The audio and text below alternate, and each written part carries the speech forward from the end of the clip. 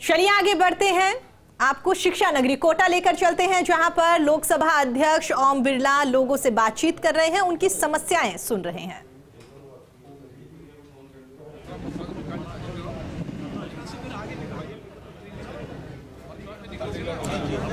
तो ये सीधी तस्वीरें आपको दिखा रहे हैं कोटा से, जहां पर लोकसभा अध्यक्ष ओम बिरला मौजूद हैं, लोगों से बातचीत कर रहे हैं, उनकी क्या कुछ समस्याएं हैं वो यहां पर जानने की कोशिश कर रहे हैं और साथ ही अधिकारियों से फोन पर बात करके समस्याओं का जल्द से जल्द निवारण करने के निर्देश भी उनकी ओर से दिए जा रहे हैं। आपको ये भी बता दें कि शीतकालीन सत्र संसद का समाप्त हो गया है और उसके बाद से लोकसभा अध्यक्ष ओम बिरला अपने गृह जिले के दौरे पर दिखाई दे रहे हैं। वो लगातार लोगों की समस्याएं सुन रहे हैं।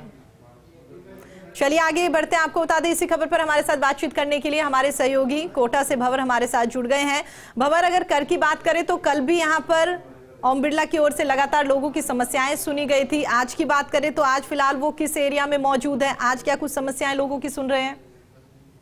देखिए प्रीति, फिलहाल हमें सीधी तस्वीरें दिखा रहे हैं लोकसभा स्पीकर कैंप कार्यालय से, जो कि कोटा शहर के शक्तिनगर में है। और इस वक्त आम लोगों के साथ ही कई संस्थाएं, कई संगठन अपनी अलग अलग तरह की मांगे लेकर के, समस्याएं लेकर के, कई प्रतिनिधिमंडल वो भी लोकसभा स्पीकर कैंप कार्यालय पहुंच रहे हैं, बिरला से मुलाकात कर रहे हैं। और फिलहाल तस्वीरों में हम आपको दिखा रहे हैं कि कोटा दक्षिण से बीजेपी के विधायक संदीप शर्मा यहाँ पर ओम बिरला से मिलने के लिए पहुंचे। इसके अलावा कई तरह के जो डेलीगेशन है, कई तरह की संस्थाएं हैं, जो संगठन है, वो भी अपने अलग अलग मांग पत्र लेकर के ओम बिरला के पास पहुंचे। इसके अलावा कोटा बूंदी संसदीय क्षेत्र से दर्जनों की तादाद में जो दूर दराज के इलाके हैं, जो ग्रामीण इलाके हैं, कस्बा इलाके हैं, वहां से बहुत से लोग पहुंच रहे हैं।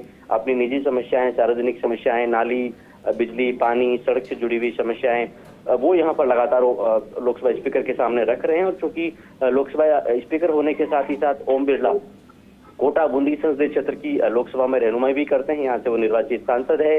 तो जब भी उनसे बातचीत होती है इस बारे में, तो वो यही कहते हैं कि मैं जब भी प्रवास पर आता हूँ तो इस तरह से कैंप कार्यालय में लोगों से मिल करके, और प्रयास मेरा यही रहता है कि अधिकतम मदद, अधिकतम रेमेडी, अधिकतम समस्याओं का समाधान अपने लोगों के लिए कर सकूं। तो फिलहाल यही दौर हम देख रहे हैं। बहुत से ऐसे मामले हैं जिनको लेकर के उन्होंने मौके से ही अधिकारियों से बात की है और समस्याओं के समाधान के लिए कहा है। बहुत सी ऐसी समस्याएं उनके सामने, बहुत से ऐसे प्रकरण उनके सामने आए हैं जिनको उन्होंने प्रोसीड किया है, आगे फॉरवर्ड किया है। तो फिलहाल जन सुनवाई के अंदाज में ये जो पूरा का पूरा लोकसभा स्पीकर के प्रवास का दूसरा दिन है, उसका शेड्यूल शुरू हुआ है। जी बिल्कुल भंवर, कल भी आपने तमाम लोगों से बातचीत करी थी, उन्होंने भी कहा कि वाकई ही क्या कुछ परेशानी का सामना करना पड़ रहा है। लगातार उन्हें उम्मीद है कि यहाँ पर ओम बिरला से वो मिलेंगे, मुलाकात करेंगे, अपनी समस्याएं उन्हें बताएंगे, तो शायद आने वाले दिनों में उनकी समस्या जो है उनका निवारण होता हुआ नजर आए। और कल की अगर बात करें तो कल वाकई तुरंत यहाँ पर अधिकारियों को फोन कर दिया गया था ओम बिरला की ओर से, बहुत सारे मामले ऐसे जिनका समाधान कल कर दिया गया था। बिल्कुल, एक पूरी की पूरी प्रीति यहाँ पर एक पैरेलल टीम काम करती है। जो भी प्रकरण यहाँ पर आता है उस प्रकरण को सूचीबद्ध किया जाता है, अलग अलग जो प्रकरण है उनको कैटेगराइज किया जाता है, किस तरह की समस्याएं हैं, किस जिले की समस्या है, किस विधानसभा क्षेत्र की समस्या है, किस तरह की समस्या है, किस डिपार्टमेंट से जुड़ी हुई समस्या है। कई मामलों को प्रोसीड किया जाता है, संबंधित विभागों में, डिपार्टमेंट्स में फॉरवर्ड किया जाता है।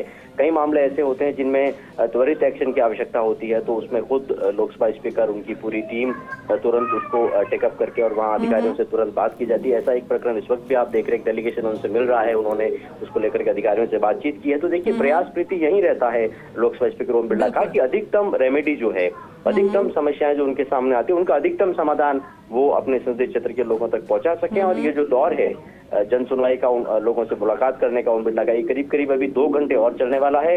और फिलहाल ये सीधी तस्वीरें हम लोकसभा स्पीकर कैंप कार्यालय कोटा से दिखा रहे हैं, जहाँ बहुत से लोग उनके साथ सेल्फी भी ले रहे हैं, ग्रुप फोटोग्राफ्स भी यहाँ पर हो रहे हैं, और बहुत से लोग अपनी समस्याएं और अपने मांग पत्र लेकर भी लोकसभा स्पीकर। बिल्कुल भंवर, और देखिए सबसे अच्छी बात ये भी तो इसमें मान सकते हैं ना कि शीतकालीन सत्र संसद का समाप्त हो गया है। उसके बाद में उन्हें लगा कि वाकई वहां पर जो मेरी रिस्पॉन्सिबिलिटी बनती थी संसद में, वो मैंने अच्छे तरीके से निभाई है। और अब मेरी रिस्पॉन्सिबिलिटी बनती है कि जहां के लोगों ने मुझे जिताया है, जिन लोगों के लिए मुझे काम आना चाहिए, वो काम वो यहाँ पर करते हुए दिखाई दे रहे हैं। तो वाकई एक अच्छी पहल कह सकते हैं यहाँ पर। बिल्कुल प्रीति, और देखिए इसीलिए बहुत लंबा उनके प्रवास का इस बार कार्यक्रम है। मैं आपको बताऊं कि 11 दिन के प्रवास का उन्होंने कार्यक्रम बनाया है कोटा बूंदी संसदीय क्षेत्र का। और इन पूरे 11 दिनों के दौरान वो कई तरह के स्थानीय कार्यक्रमों में भी शामिल हो रहे हैं। कल वो पेंशनर समाज के प्रोग्राम में शामिल हुए थे, वहाँ जो पेंशनर्स की जो कई तरह की समस्याएं थी, उसका उन्होंने उन समस्याओं को उन्होंने समाधान के स्तर तक पहुंचाने का प्रयास किया था। और एक बड़ा कार्यक्रम लोकसभा स्पीकर के इस प्रवास के दौरान होने वाला है।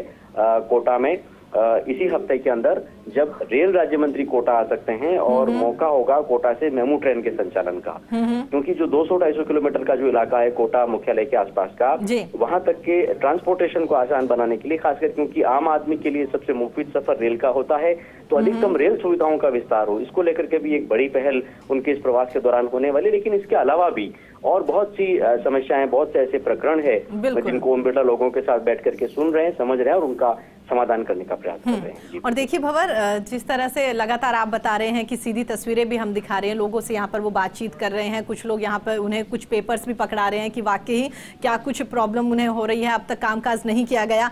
आमजन के लिए तो काफी फायदे की बात है, लेकिन उसके साथ कह सकते हैं जो प्रशासनिक अधिकारी है, जो वाकई कई बार लोगों की बातें अनसुनी अगर कर देते हैं, तो उनके लिए भी अब इस बात को लेकर डर बनेगा कि वाकई खुद यहाँ पर लोकसभा अध्यक्ष ओम बिरला अगर कोई रिस्पॉन्सिबिलिटी हमें दे रहे हैं या उनके थ्रू अगर कोई काम आया है तो वाकई उसे करना पड़ेगा।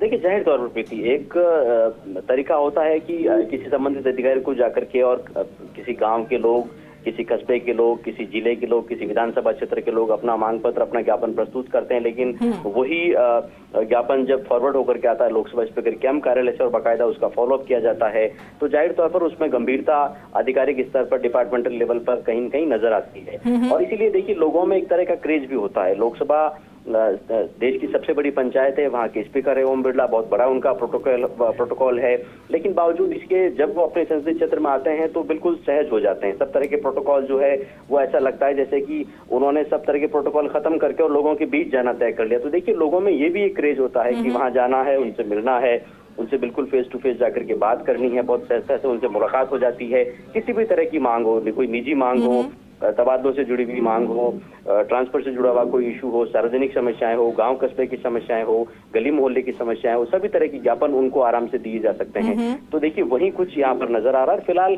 ये बूंदी जिले का एक डेलीगेशन है जो इस वक्त ओम बिरला से मुलाकात कर रहा है और अलग अलग डेलीगेशन, जैसा मैं बता रहा था आपको दिन भर आज इसी जनसुनवाई के दौरान